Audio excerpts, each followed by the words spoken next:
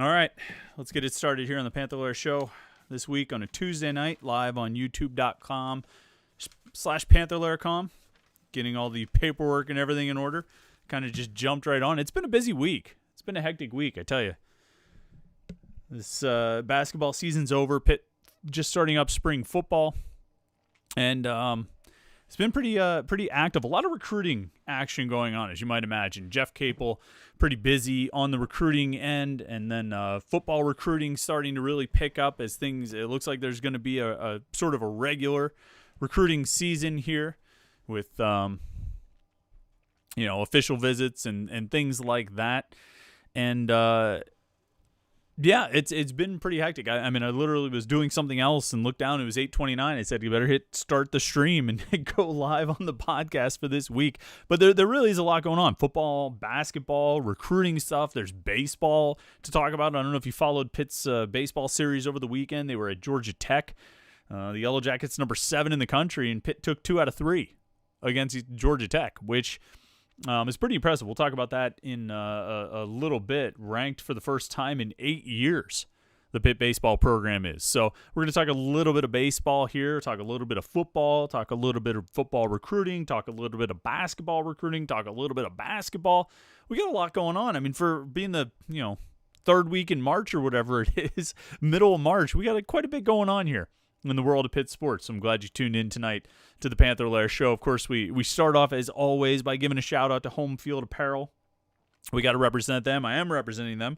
I got the Warm Up the Victory Lights shirt on tonight. Warm Up the Victory Lights. It's a classic look. It's the football helmet, but it's a classic look. And just as importantly, if not more importantly, it's a very comfortable T-shirt. Really soft T-shirt. It fits really well. It's held its shape well. And it's all the things you would want in a T-shirt or a sweatshirt. They've got it at homefieldapparel.com, and it's just high-quality stuff, really high quality. They got great logos, great graphics they put on the shirts, and like I say, they're really comfortable. They fit really well, and just enjoy wearing them. So homefieldapparel.com, go check them out for their Pitt collection, or a lot of other schools, really. They've got quite a few colleges they're licensed with, so make sure you check that out.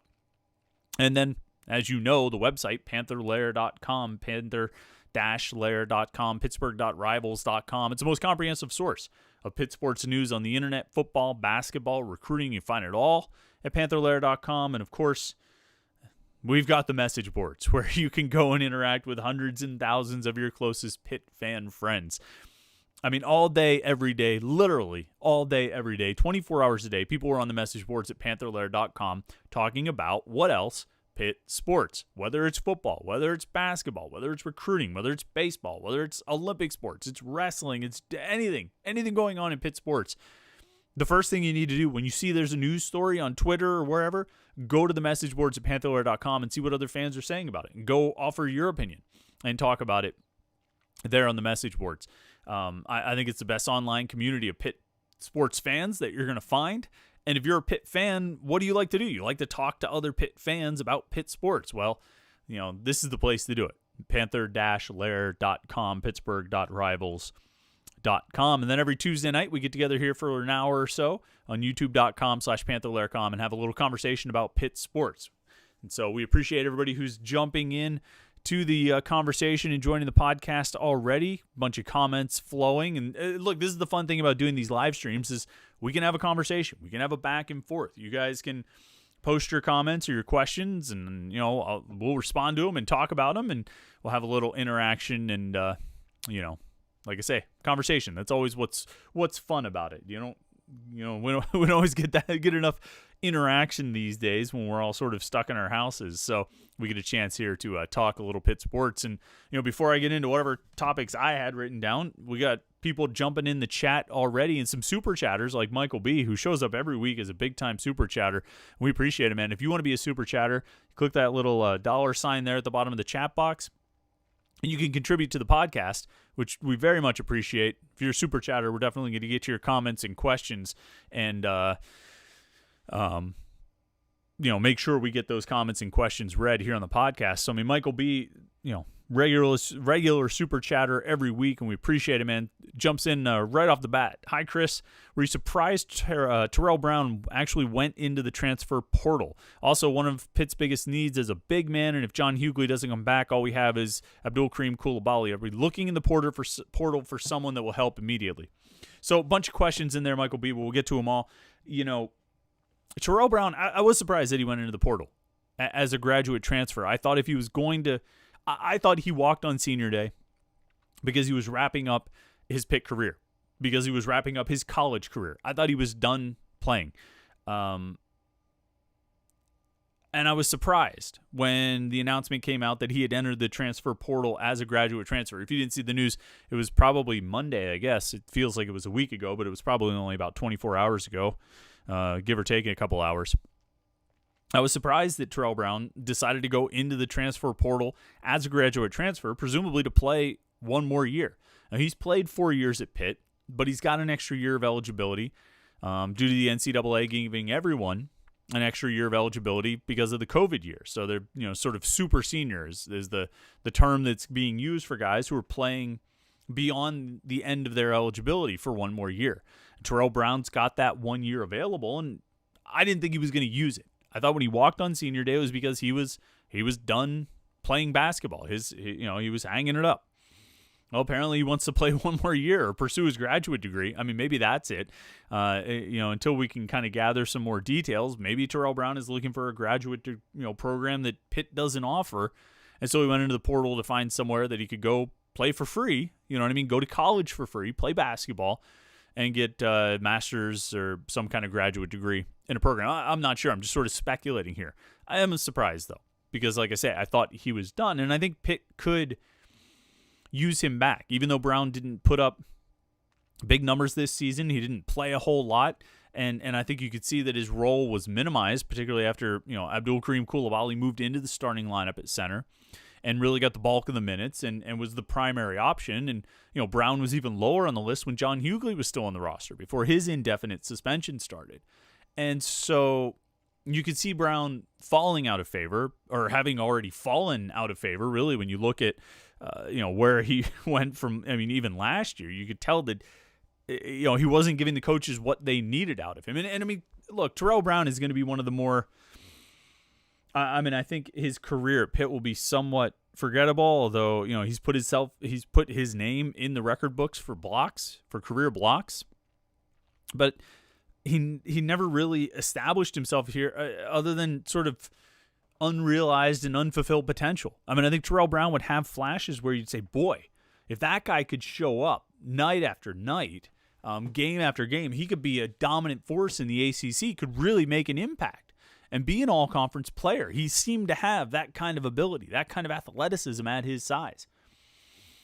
Problem is, he didn't do it. He didn't show up consistently enough. He didn't really seem committed to playing as hard as you need to play to achieve at that level, despite having what seemed to be the physical tools to do so. So, like I say, I thought he was going to hang it up. It looks like he wants to play another year. We'll see what kind of details sort of come out in the coming weeks or however long.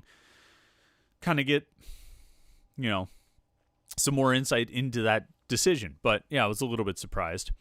Michael B. also says, one of Pitt's biggest needs is a big man. And if John Hughley doesn't come back, all Pitt has is Abdul Kareem Koulibaly. Are the coaches looking in the transfer portal for someone that will help immediately? I think they absolutely are. And, I said we did a live stream podcast last week, middle of the day, after Pitt lost in the ACC tournament in the opening round. And we talked about a lot of things. And we went live about an hour after the game ended. And so it was sort of immediate reaction type of thing. And, I talked on that podcast about three big questions that I thought Pitt needed to answer this offseason. And I still think this is the case. And I talked about it on the Panthers Insider Show on Saturday morning on the Fan. And, I'll continue to sort of believe this and kind of, bang the table on this until the questions are answered. And one of the big questions, obviously, is Justin Champagnie and whether or not he's going to come back to Pitt for one more season or try and go to the NBA. That's a big question that needs to be answered this offseason. But then the other two questions, in my mind, the biggest questions, along with the Champagnie question, relate to the center position. And it's sort of two-pronged, and you kind of addressed both of them. One is, will John Hughley return, which I don't think is something we should entirely rule out, and it's not something we should forget about through this offseason, because I think Hughley showed some real potential and has some real potential as a multi-year starter at center. I think he can be that. But he's got to, obviously get his legal situation resolved to the satisfaction of the coaches and everyone at Pitt who would be involved in making that decision. But if he does, and he comes back and he gives Pitt a viable option at the center position, that's huge. That would go a long way in securing the 5 for Pitt for the next couple of seasons. But along with that, and regardless of what happens with Hughley, I think they have to find a transfer big man, someone who can come in, who's experienced, who's got, who has played, and some proven ability to play around the basket, to, on both ends of the court. They need an option to help offensively, and they need an option to help on the defensive end as well, in addition to, rebounding, of course. And I think you look in the transfer portal to find a guy like that, whether it's a graduate transfer or a guy with a few years to play. And, obviously a graduate transfer would be able to come in and play right away. But I think even if it's someone who is not a graduate transfer, I think if it's an underclassman transfer, you still got to go after him, because there's a pretty good chance that he's going to be eligible anyway. We've seen the NCAA where the only consistency is the inconsistency in their rulings on who can play right away and who can't, and the waivers and all those kinds of things. And so I think you go look for a guy like that. I think you absolutely do. And I think they are pursuing guys like that. And they're going to try and find some bigs to come in here. They've got, 5 scholarship spots open? 4 or 5? What's the number now? Audis Toney, Xavier Johnson, and then the 2 seniors. Oh, and Gerald Drumgoole. Yeah, 5 scholarship spots open to fill in this class. And I mean, you look, and they'll probably try and get at least 1 high school guy, if not 2. And then they're probably going to try and fill in the rest with transfers, which is, it doesn't mean the same thing that it meant 5 years ago or 10 years ago, when we'd say, oh, geez, you're going to just build your whole roster with transfers. I mean, you don't want to build a whole roster with it, but filling out your roster with multiple transfers, it's not an odd thing to do anymore. I mean, it's part of the game. It's part of recruiting. And when coaches sit down and make up their recruiting plan for a given year, or decide how they want to attack the recruiting process, they're not just talking about the high school kids they're going to evaluate and target and pursue. They're talking about the transfers they're going to go after. They're talking about the junior college players they're going to go after. This is part of the process. And there's enough guys in the transfer portal that you can make a living on it. Again, you don't want half, well, I shouldn't even say half. You don't want 3/4 of your 13 scholarships to go to transfers. But if you have 4 or 5 guys who transferred, I think you're kind of the norm to take that approach. And so if Jeff Capel wants to take these 5 open scholarships they have and throw 3 of them at transfers, I don't think that's the worst thing in the world. And I don't think it's atypical, and I don't think it's a sign of desperation. I think it's a sign of playing the game the way the game is played now, where guys transfer a lot. And it's becoming that way in football to some extent. And it is that way in basketball now. I've said this a bunch of times, and you probably even listened to the interview. Last spring, around this time, I had Jeff Capel on the podcast. We did the Conversation podcast. Every Friday, we just had an interview podcast with a different guest. Talked to a lot of great people, a lot of interesting people, and one of them was Jeff Capel. And I remember asking Capel, I said, look, you've had transfers every year. And this was after, Trey McGowan's and Ryan Murphy transferred. I said, you've had transfers every year that you've lost. You brought in transfers every year. Is this just sort of part of the growing pains of building a program? Or is this a sort of a bigger sign of what college basketball is today? And he said, that's what the game is today. He said, that is going to be part of it. Every year you're going to lose transfers and you're going to add transfers. And I, personally, I think it'll be a rarity when you come into a year where a team like Pitt, or really the vast majority of teams in college basketball, it'll be a rarity when they are not affected by the transfer portal in one way or the other, either losing guys to it or getting guys from it, or both.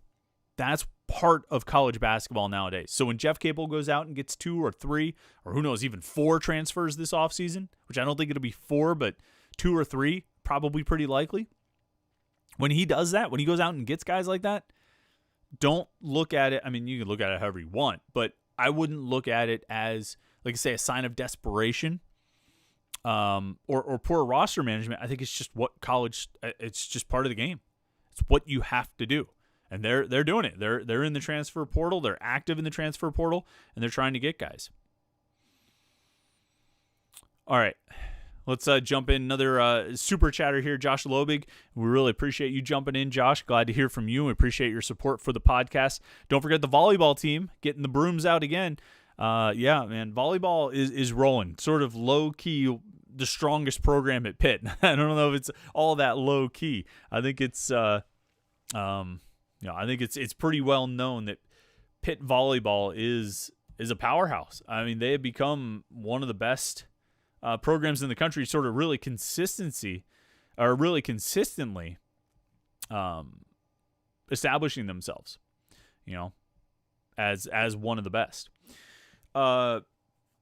Going on with Josh's other question here, he says, what kind of center do you think we will get out of Owen Drexel? Also, who is your pick for a breakout out of the defensive backs? So a couple football questions here from Josh Lobig.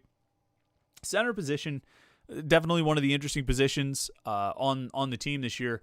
You look at the offensive line, and I think really the biggest question mark is at the center position. I mean, obviously they lose Bryce Hargrove at left guard, but they brought in Marcus Minor, the transfer from Maryland, to fill that spot. So sort of locked up there. You've got a bunch of guys who have played to fill in the 2 spots on the right side, but the center position is really the big question mark. Jimmy Morrissey was there forever and a day, and it's too bad Pitt couldn't convince him to come back for another season. He would have had that COVID year, that super senior year available to him if he wanted it.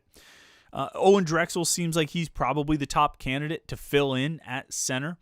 Last year, you remember that Boston College game, Jake Cradle was hurt, couldn't play, and so Jimmy Morrissey slid to right guard. And then Drexel stepped in and started at center, and it seemed to play okay, seemed to do a decent enough job. I'm not smart enough to evaluate and grade those guys, but I think everybody at Pitt was pretty satisfied with how he played. I don't know what to expect out of him, and I don't know, what the alternatives are if Owen Drexel is not the guy. I don't know what the competition is. That's one of the questions I think we really have for Pat Narduzzi and Dave Borbley when we get a chance to talk to them this spring is, obviously you've got Drexel there to compete for the position, but who's battling with him? Jake Cradle has played center before. He's practiced there at Pitt before, but he's also the returning starter at right guard. Is he going to move to center to try and battle for the starting job? Or are you creating 2 open spots where you could only have 1? But I don't really know what the alternative is. I don't know. I mean, they don't really have anyone else who has played center, any other scholarship guys.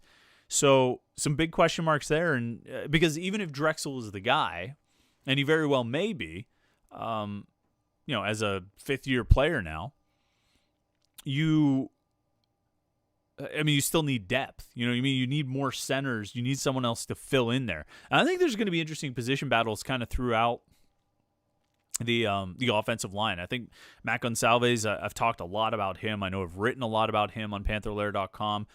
He stepped in for a couple games last year at left tackle when Carter Warren was out, presumably due to COVID protocols.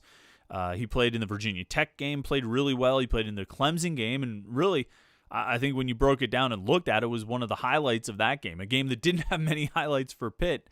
I think Matt Gonsalves probably was one of them, and ended up rotating, I think, a bit in the Georgia Tech game at the end there, rotating with Carter Warren at left tackle. So you're going to have a position battle there. I don't know if a redshirt senior in Carter Warren is going to lose the starting left tackle job to a redshirt sophomore like Matt Gonsalves, but I think he's going to battle him, and I think Gonsalves has a really bright future. I think right tackle is another position that's going to be really interesting. I mean, you could have Gabe Hoy, you could have Carson Van Lin.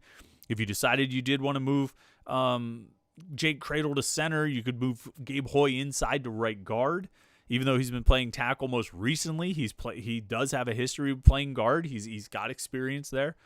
Got some options on the offensive line. I don't know if it's as I have some questions about the depth. I mean, guys like Blake Zabovic and Liam Dick, Maybe even Branson Taylor, who got some playing time as a freshman last season as an extra blocker. And you got some different options to throw in there as competition, but we haven't seen all that much of those guys. I guess Grant Kerrigan will probably be back as another senior who could, work on the offensive line there. But it's going to be challenging. You know what I mean? Or it's going to be. Sorry, I was reading another question about some of these transfers Pitt might be targeting, and that's going to be challenging.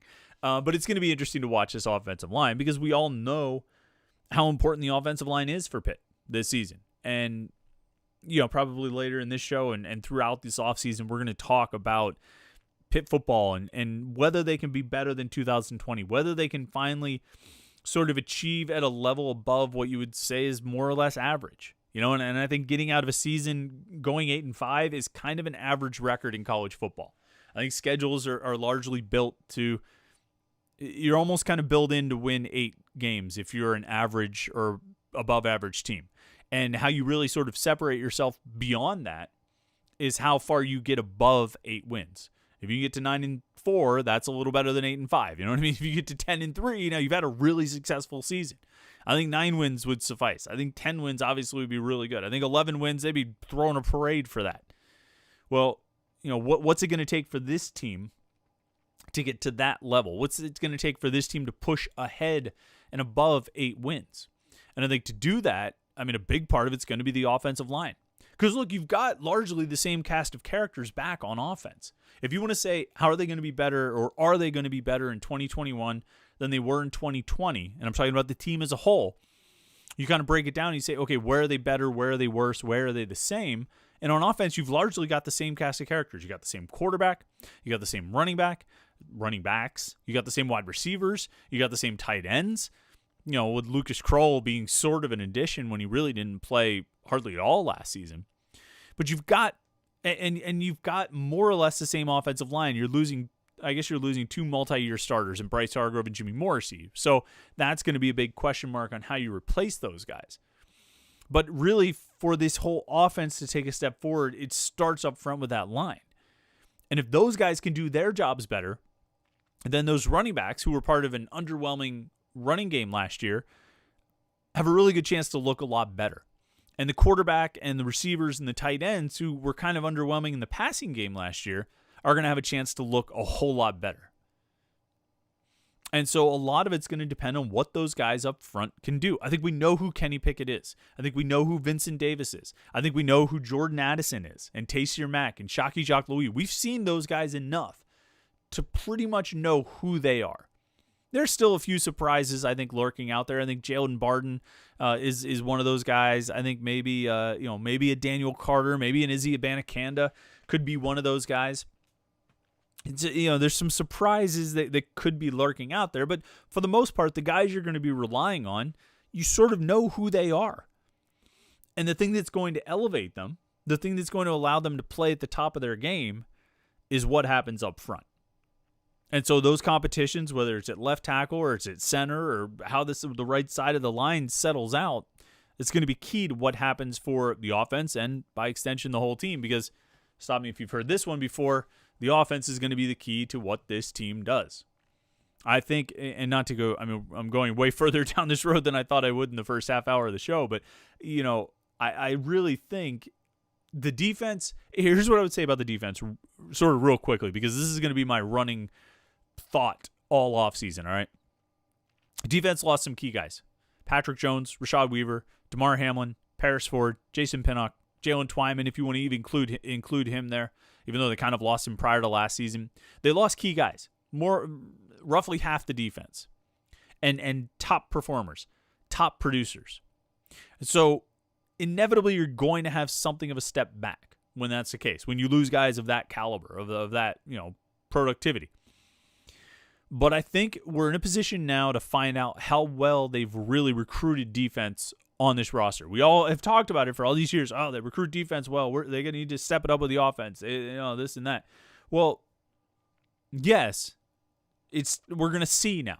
Because all those guys I mentioned, Weaver, Jones, Ford, Hamlin, Pinnock, Twyman, they were all in the 2016 and 2017 recruiting classes. Pat Narduzzi's first 2 full recruiting classes. And that's where you want to be. You want to have these classes, and then, year 3, year 4 for those players, they're among the best players on the team. They're leading your team. Year 5, they're leading your team to success. They leave a hole when they leave. That's how it's supposed to be. Well, at some point, those guys, Weaver and Jones and Hamlin and Ford and Pinnock, had to step into primary roles. Well, it's time for that next generation of guys to step in, the 2018 recruiting class, the 2019 recruiting class, maybe some leftovers from the 2017 class. It's time for them to step in and step up. So we're going to find out a lot about how good those defensive recruiting classes were over the last few years. Now, I think they're pretty good. I don't know if they're going to produce at the levels of Weaver and Jones, but I think they can be good enough to have success. The defense, if it takes a step back from last season or the year before, I don't think it'll be a severe step back.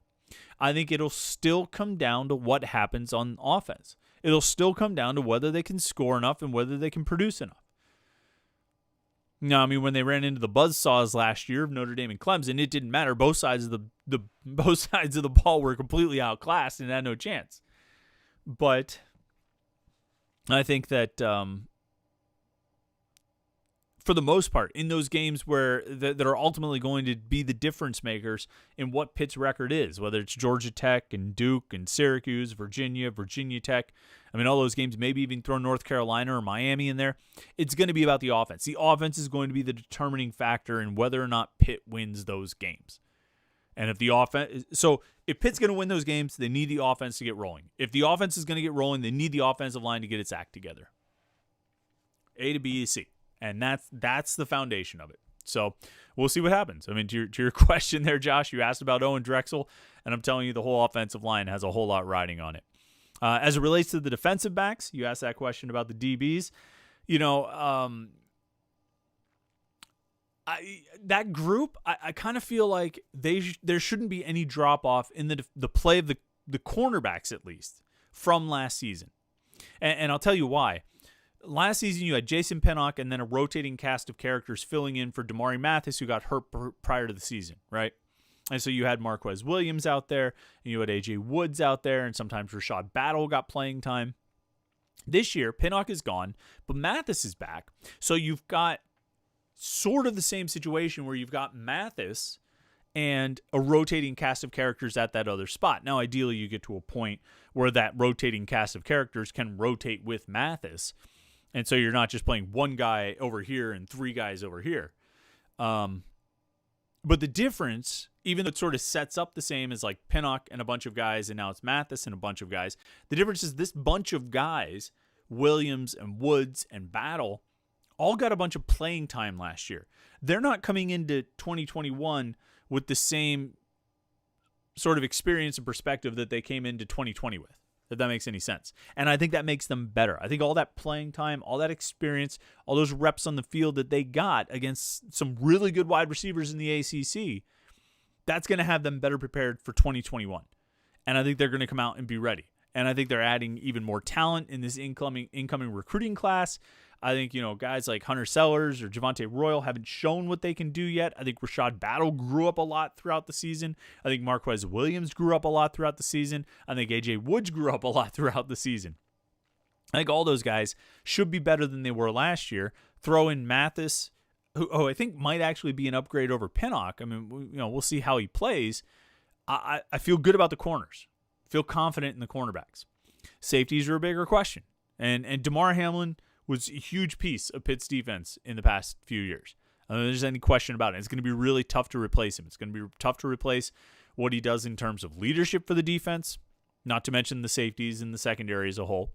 And I think it's going to be tough to replace what he does on the field. I mean, the guy was a really sound tackler, pretty solid in coverage, and really understood the game and had a really good football IQ and was able to put himself in good position to make plays. He wasn't he's not the most athletic guy. And when I say that, I mean, he could still beat any of us in a race. Anybody watching or listening to this podcast, he could beat us all in a race. But he's not going to test off the charts, I don't think. But he makes up for some of that with his understanding of the game and his IQ and his instincts. And he was a big part of the defense. I think Paris Ford, we've talked a lot about Paris Ford. I think, there was good and there was bad, and the good was really, really good. And the bad was maybe a little bit tougher to see with the naked eye, but I think coaches will see some things where maybe he freelanced a little bit too much, where he just needs to harness it a little bit, still allow his instincts to dominate his play because his instincts are really strong, but also make sure he's working within the defensive system where 10 other guys are relying on him to do a certain thing. Anyway, as it relates to the safeties, I mean, replacing those two guys is going to be tough, Hamlin and Ford. Now, you did get Eric Hallett out there last year. You got Brandon Hill out there last year. Those guys both played a lot, and I think that's going to help. I think those two guys are going to be your starting safeties in 2021. And I think both are pretty decent players. I think Brandon Hill is a really good player. I think he was one of the better players in Pitt's 2019 recruiting class. He was still a 3-star prospect, but I think he was better than that. And I think he's got a bright future. I think he can be really good in Pitt's defense. We'll see. I would guess he would play the boundary safety, like where Ford played, which means that Hallett or someone else, probably Hallett, is going to need to play the field safety. That was Damar Hamlin's spot. Those two positions, I'm not sure what to expect. I feel like the middle of the defense, from the corners through the linebackers, really good, really solid, and really good. I'm bullish on the young defensive linemen, but they're going to have to show what they can do, like the defensive ends in particular. The tackles got a lot of experience last year. And then safety is just a wide open question mark. And we'll have to see what those guys are able to do. And that'll be one of the things, of course, I think we watch throughout the year. If I had to pick a breakout guy of the DBs, I think Damari Mathis is going to be really I think he's going to be really good. I don't know if he counts as a breakout because he's a fourth-year player, but I think he's going to be really good. I wouldn't be surprised to see a guy like Khalil Anderson as a freshman get on the field and make some plays and impress some people. All right, let's get to some more questions here on the live stream chat. Scott Lynch, regular viewer, we appreciate you. Scott jumps in and says, do you think the ACC transfer decision is going to become an NCAA standard in the next few years or in the coming years? I do. In case you missed it, the ACC ruled that you can transfer in the conference and not have any kind of penalty. It used to be you had to sit out a year or lose a year of eligibility or something like that. Not anymore. The ACC is going to let you transfer in conference and not have any additional penalty beyond the NCAA's transfer, eligibility, having to sit out for a year policy. To your question, Scott, do I think that's going to become the NCAA standard? I do. I think the NCAA is gradually and sometimes not so gradually rolling back restrictions on transfers, and I think that's going to continue. I think we're going to see lessening of restrictions. I think you're going to get the one-time free transfer probably in the next year or so, where guys can just transfer and play right away on their first transfer. I don't know if it'll be that you can do it every time and play right away, but I do think you'll get at least that one free transfer. And yeah, I think the conferences ultimately will loosen the rules on transferring within the conference. The coaches might not like it, but I think it'll ultimately be the standard, and I think it'll be the right thing to do, and I think most conferences will follow that lead. Michael B., another question, back to the basketball side. I noticed Pitt's defensive efficiency numbers have gotten worse in each of Jeff Capel's 3 seasons. Why is this, and shouldn't Capel look to change things up in whatever he's doing coaching-wise? Well, I would have to look at those defensive efficiency numbers. I do feel like this Pitt team played pretty good defense a lot this season. It wasn't great. I think you look at what, I feel like a lot of Pitt's issues this season came back to things like effort and energy and urgency. And, I think that relates to the defense as well. When they were really committed, when they were really working on defense, I think they were pretty good defensively. When they started getting a little lazy on the court, they started giving up open looks. They started giving up things. But for the most part this season, I mean, when they wanted to be, I think they were a pretty good defensive team and a pretty good rebounding team. And we talked about that a lot through the season. That, look, this team gave itself a chance to win games, kept itself in games by playing tough defense and rebounding. And that's, not,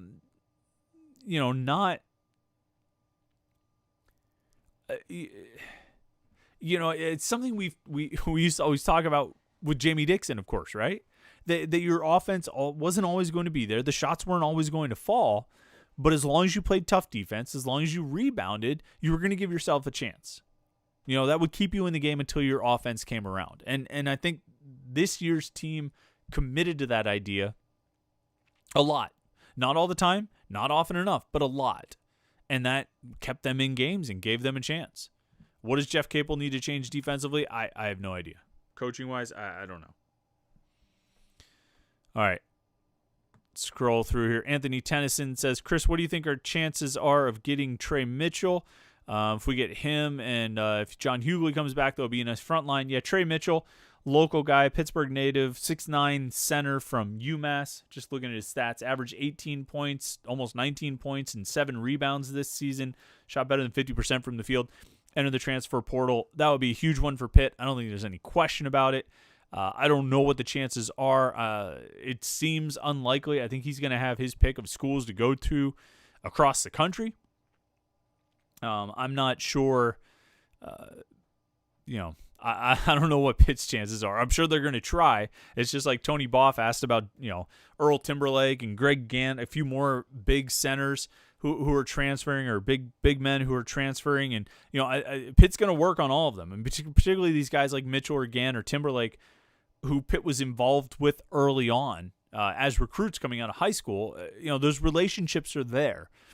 They've already been established, and it's sort of like you pick up the phone and say, "Hey, good to talk to you again. Let's have these conversations again." Thing is, these guys we're talking about, Timberlake, Gant, Mitchell, Greg Parham, and some of these others, these names that have been brought up, Pitt's not going to be the only school that's after them.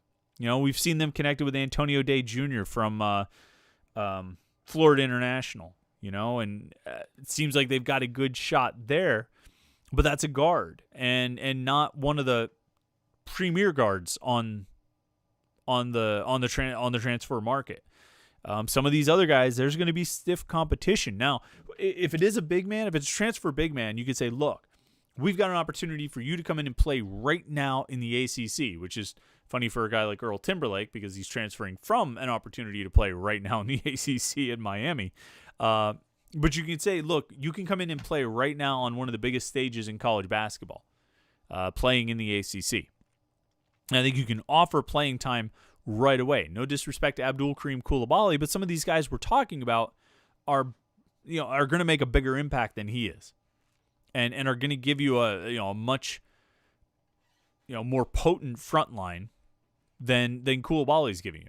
So this comes back to those 3 questions again. Obviously question number 1 being Justin Champagnie and what he does, but these other 2 questions about big men. Does John Hughley come back to Pitt? Does Pitt or can Pitt land a transfer big? And if the answer to those 2 questions about Hughley and about a transfer big are yes, then the front line for Pitt looks a whole lot different this coming season than it did this past season. I mean, this past season you had Coulibaly and you had Terrell Brown. After, Hughley was suspended indefinitely in January. Or I think it was January, whenever it was. Let's call it mid-season. When you had Hughley and Coulibaly and Brown, you felt like you had something to work with, something to build on. When you take Hughley out of it as the freshman, now you've got Coulibaly and Brown. You don't really have much that you can really use as a foundation at the center position. If you could get one of these transfers, Trey Mitchell or, Earl Timberlake or somebody like that, it changes the equation. And then you bring Hughley back into the mix, and now you've got a group of 5s who can really compete in this league and really change the complexion of your team. Because, look, you're bringing back Femi Odikale and Nike Sabandi and Ethia Horton. You're going to bring in probably a high school guard. You're going to bring in a transfer guard or 2. You've kind of got the backcourt settled, and if you, whether you want to start Odekale and Sabandi or all three of those guards or one of the transfers, whatever it is. You feel like you've kind of got the backcourt settled because I think Odekale showed at the end of the season what he can do. Sabandi showed at the end of the season what he can do. Horton showed at times throughout the season what he can do. And even if you're just starting Odekale and Sabandi, I think you've got a really good foundation at your two guard spots. Obviously, if you get Justin Champagnie decide to come back to the team, that's going to change the equation pretty significantly. Think about this, all right? Imagine this scenario where you've got Odekale and Sabandi, you've got Will Jeffress, you've got Champagnie, and then you've got a transfer big. Maybe one of these guys we're talking about, even though I think it's probably unlikely for some of these guys. But say it's one of these guys we're talking about. Say it's a Mitchell. Say it's a Timberlake. That's a legit ACC roster. That's a ACC roster that competes in the conference next season. And is competitive and wins 10 games in the conference, wins 12 games in the conference, something like that. Or should. And you know what that is? to be completely honest with you, if that roster came together, you know what that would be? That would be the roster that would tell us a whole lot about Jeff Capel as a coach. Because if that roster came together and they still only won like 6 games in the conference, then yeah, we would start to have some real questions about where or what kind of coach Capel is. I think then we could really start asking those questions. And I mean, you could start asking them now. I don't really care. That's up to you. And certainly we have been asking those questions. But I think we would really, it would be interesting. It would shed a lot of light on the situation. Colin Towell says, with the amount of scholarships available, Jeff Capel needs a guard, a small forward, and 1 or 2 big men. It'll be interesting to see if he saves some scholarships for the 2022 class. Yeah, I think that's a possibility, Colin. I think they could hold a scholarship or two. I think it's possible they could go into next season with 12 guys on scholarship and not fill all 5 spots that are available right now. I would say if Justin Champagnie leaves, it's probably unlikely that they would bring in 6 guys. I would think they would just bring in probably 5. And that would, and maybe have an empty scholarship for next season. Maybe you put the walk-on Izzy Akudo on scholarship or something like that. So you could save it for the next year. They definitely are recruiting the 2022 class pretty hard. You see them going after a lot of targets in that 2022 recruiting class and really making an effort to try and, really casting a wide net. Right now they're recruiting the 2022 recruiting class, which is the guys who are currently juniors in high school. They're recruiting those guys a lot more, it seems, higher volume than they're recruiting the 2021 class, the guys who are seniors who would come in and help this year's roster or help this coming season's roster. So it's kind of interesting to see that. But yeah, maybe all right, let's say Champagnie comes back and they go get 1 high school kid and 3 transfers, or maybe 2 and 2, however it works out. And then, they play with 12 scholarship guys. And I think they would have a pretty competent ACC roster, depending on who the transfers are, and still have a scholarship available so to use for that 2022 class. So we'll see what they choose to do. Let's see, Michael B. If John Hughley comes back, he would still be considered a first-year guy, right? I don't know if they would. I would have to see what the redshirt rule is like. I know obviously he would have an extra year for the COVID year and all that stuff, but I think you deal with that on the back end. You deal with that at the end of eligibility. If you want to add another year, I don't think you get into calling him a freshman right now just because he's going to have another year at the end. I think, my guess is he would come back and they would just call him a sophomore. I don't think they would mess around with calling him a redshirt freshman. Preserve the redshirt in case he gets hurt or something, or I don't know. I feel like in basketball, it's far less important about who has a red shirt, who doesn't, who uses their red shirt, who's a super senior, and all those things. I feel like, football, yeah, you get a lot of 5th-year guys. You know what I mean? You got a lot of red shirt juniors or guys who are juniors and they get hurt, and so they use a red shirt, that kind of thing. Basketball, I don't think it's quite as consequential to get into those class designations the way we do in football. Let's see what else is going on here. Pro Day for Pitt in the South Side on Wednesday. Pitt Football Pro Day. That's always an interesting affair. This one's especially interesting because Pitt's got a handful of guys like Salim Brightwell and let me see if I can find Salim Brightwell and Jeff George and Will Gregg and Aaron Matthews, Jazzy Stocker, and Amir Watts, guys who were not on this team this past season, guys who graduated a year before and never got to have a pro day because it got canceled last year due to COVID. So those guys are getting their opportunity for pro day this year. They're going to work out alongside Paris Ford and DeMar Hamlin and Bryce Hargrove and Patrick Jones and Alex Kessman, Jimmy Morrissey, Jason Pinnock, DJ Turner, Jalen Twyman, and Rashad Weaver. It's a really strong group. I mean, that's one of the stronger groups, top to bottom, of guys that I've seen at the pro day, at Pitt. There have been years where, Aaron Donald, or LaShawn McCoy, or Darrell Revis. But this, this group, Ford, Hamlin, Jones, Pinnock, Twyman, Weaver, I think those are all real draft candidates. Then with guys like Morrissey and Turner and Kessman and Hargrove just kind of hanging just sort of just outside that group. Kessman you would think is a kicker, probably going to be looked at as a free agent, a rookie, free agent, undrafted guy, which is not the worst situation for a kicker. You can pick your situation. I think for some of these guys at some of these positions, you do have. It's almost better to be undrafted free agent than to be a 7th round pick because you can sort of pick the situation you walk into where you see yourself having a better opportunity. I always think that about Henry Hynoski.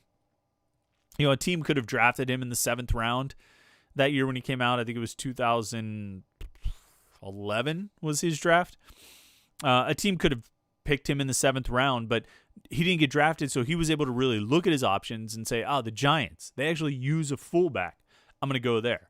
So a guy like Kessman could kind of pick his opportunities and pick his options if he goes undrafted. But we'll see. I mean, I think, you could have 5-6 guys get drafted out of this class, maybe 4 at a minimum, and that's pretty good for Pitt. That's pretty good for Pitt where they've been over the past few years. And they haven't had as much in terms of draft picks the last few years, but here's an opportunity for them, I think, to get a bunch of guys. So that'll be happening on Wednesday, and then Pitt starting spring camp. They started spring camp on Sunday, and then held their second practice on Tuesday. They'll put on pads on Thursday, and jump right into it. Spring game is mid-April. I want to say it's like the 17th, but I could be wrong about that. And there's, I guess, a possibility that fans could be permitted into that thing. We'll have to see how that works out. In mid-April, you could have. I mean, look, I'm not going to get too far down this road, but I think if you're looking to space people out, I've never seen a spring game attendance at Pitt at Heinz Field where people couldn't have been spaced out. You know what I mean? Like at Highmark Stadium in Pat Narduzzi's first year, I think it was 2015. Yeah, it was crowded. And you're not going to be able to space people out there, but you definitely could at Heinz Field. I don't think there's any question about that.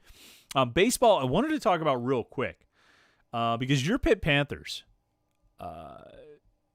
you should take note of your Pitt Panthers. They're 9-4 overall. They're 6-3 in the ACC. They're actually tied for the second best record in the conference. Notre Dame 7-2 in ACC games. Pitt, North Carolina, and Georgia Tech are 6-3. Panthers just took 2 out of 3 at Georgia Tech over the weekend. The Yellow Jackets were ranked number 7 in the nation, and Pitt goes on the road and takes 2 out of 3. One of the best hitting teams in the conference, maybe the best hitting team in the conference in Georgia Tech, and Pitt had some success against them. Right now, Pitt's got 2 really good starting pitchers, Mitch Myers and Matt Gilbertson. Myers is second in the ACC in strikeouts. Gilbertson's 5th. They're both tied for 4th in innings pitched in the conference. And, when you look at it, you go into these 3-game weekend series, if you have two really strong starting pitchers, you're going to have a really great chance to take the series, which is what they've done. And they swept Florida State in their first conference series this season. They went 1-2 at Duke a week after that, but then this past weekend they go down to Georgia Tech and take 2 out of 3. Couple solid hitters in the middle of the lineup, and then those two starting pitchers. For a team that was picked to finish last in the ACC, I mean, they were picked to finish last in the Coastal Division, and they had the fewest voting points out of any team in the conference. To currently be, tied for second in the Coastal, and tied for the second best record in the conference, it's pretty impressive. There's always going to be a question of whether or not Pitt can be competitive for the long term in baseball. It's tough for northern schools to sustain success in baseball. It's not like it is for North Carolina or even somewhere as far north as Louisville. But you look at the teams that sort of year in, year out are successful and in college baseball, both in the ACC and throughout the country, they tend to come from warmer weather places. And I think it's tougher to build it and sustain it in a place like Pittsburgh. But right now, Mike Bell, Pitt's, I think he's in his third year as a head coach. I'd have to look. Boy, time flies by. He's got something going right now. And we'll see how they can sustain it over the course of this season. But you got to like the success they've had so far. So keep an eye on Pitt baseball. Got it rolling a little bit. I meant to have their schedule up for their next games. They are at Virginia this weekend. Saturday, Sunday, Monday series. They pushed the series back from usual weekend, Friday, Saturday, Sunday. They pushed it back to Saturday, Sunday, Monday. They're playing at Virginia, who is just outside the polls. They were receiving votes, and Pitt is now number 18 nationally. So there you go. If you're a Pitt fan, looking for somebody to root for, something to watch, most of their baseball games are on the ACC network, so you can check it out there. Give a look to Pitt baseball. Last thing, Pitt football recruiting, and this is something you need to go on Panther-Lair.com to catch up with and follow up with. Starting to come into focus for this class of 2022. The big date to look forward to, or at least the big month to look forward to, is June. That's always the big month for recruiting, but that's certainly the case this year, maybe even more so, because the NCAA has said the recruiting dead period is going to end on May 31st. Now, they've had end dates set for this dead period for the last year, and they keep pushing them back. So everybody's got their fingers crossed that the recruiting dead period is actually going to end on May 31st, in which case colleges can start bringing recruits onto campus for visits in June. And that's big, because when you look at the last few years, not last year, but the years before that, with the June official visits, it's when you saw a big run of commitments. And if you look at the list that we've started putting together for Pitt's official visits in June, we got half dozen or so guys confirmed already. There's some really good pieces that if you could get commitments from them, you would be set up pretty well in this recruiting class. So go check that out at Panther-Lair.com, and we'll certainly have coverage of that throughout this spring heading into June. And once June comes, it's going to be big recruiting time. So lots of stuff to watch right now. I think if you're a Pitt fan, the baseball team, like I said, keep an eye on them. And then, football-wise, everything coming out of spring practice, and then the recruiting stuff going on. And, of course, basketball, this is going to be an interesting offseason. This is going to be a strong I shouldn't say strong. This is going to be an important offseason for Jeff Cable, because he can build a roster. It's conceivable that he could build an ACC caliber roster. It's conceivable that he could build a roster that could compete in the ACC. It just depends on what kind of pieces he's going to find, and that's what we're going to watch over the next few months.